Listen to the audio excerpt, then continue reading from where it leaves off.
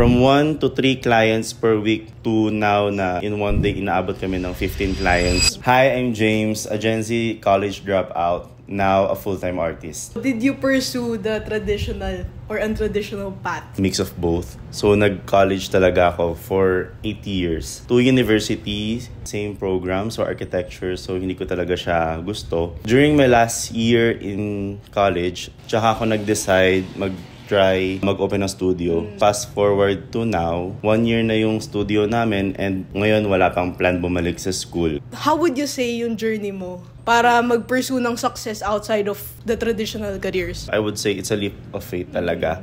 Kasi that time, nasa school ako, meron akong full-time job as virtual assistant. At the same time, nagplan ako mag-open ng tattoo studio. Nung finally mag-open na yung tattoo studio, biglang natanggal ako as a virtual assistant. Hindi namin siya sinukuan kasi meron kami background sa marketing din. So Nicole and I... Hindi ako. Not her, yung partner ko, Nicole din. Pero Nicole ko. One viral video lang actually yung nakatulong sa amin. From 1 to 3 clients per week to now na in one day inaabot kami ng 15 clients. More than a year na yung nakalipas pero I think I'll never stop muna. I'm planning to expand. Maging known yung Lathala Studio. Soon maging Lathala Collective siya kung saan isusupport din namin yung ibang mga aspiring artist. Gaya namin dati.